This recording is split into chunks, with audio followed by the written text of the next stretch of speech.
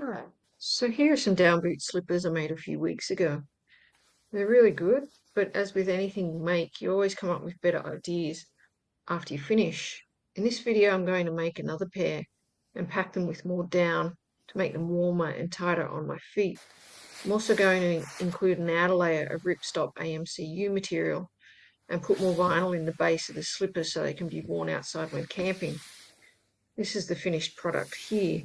Now you can buy down booties in camping stores, but I like to make things exactly how I want them. The boots still aren't completely finished. I have to sew up the top there, make it nice and neat. But you can see they stand up by themselves and they're just great.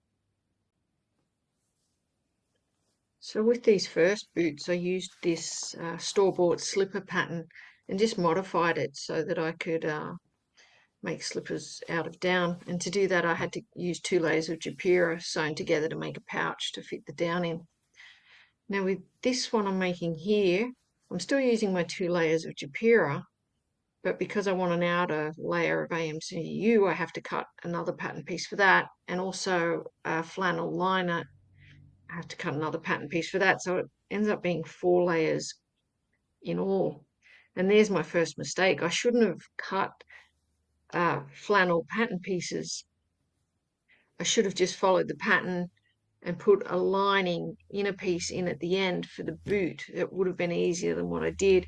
And now in the boots I've got seams that I can feel because I did it this way.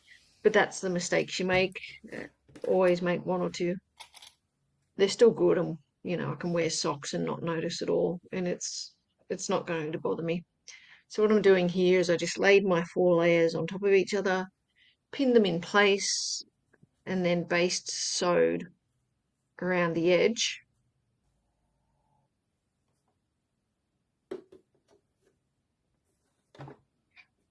After base stitching around the edge, and then I sewed my baffles on top of the foot piece here, marking out where I wanted my lines to be on the top of the boot. Now you don't have to do it this way. I sew them first and then I fill them with down, the baffles.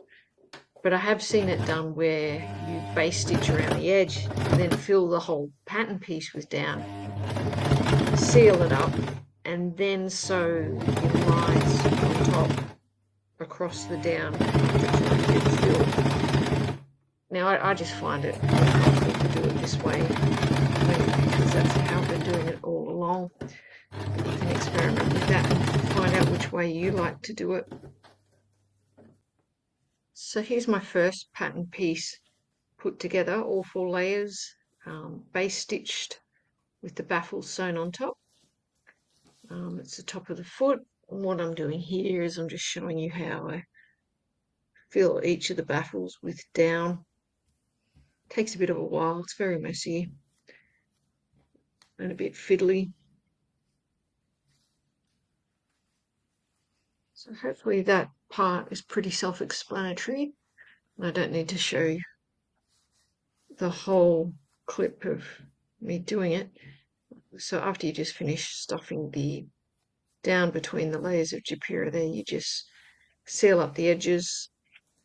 I packed these so tight that I had to peg the edges after I finished each one just to stop the down from coming back out.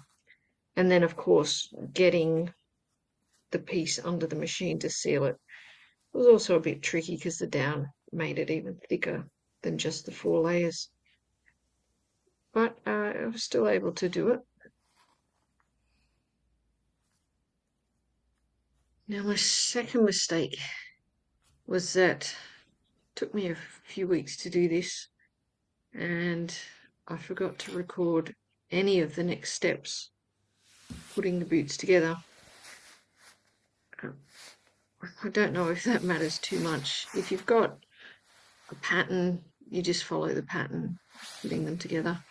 The hardest part was putting on those bottom layers there with the vinyl, sewing a couple of layers of vinyl onto a couple of layers of other material. It was really tricky, but I got there. And when I couldn't fit the boot under my overlocker, I just used the zigzag function on the normal sewing machine and then straight stitched as well for extra strength, and they've been really good.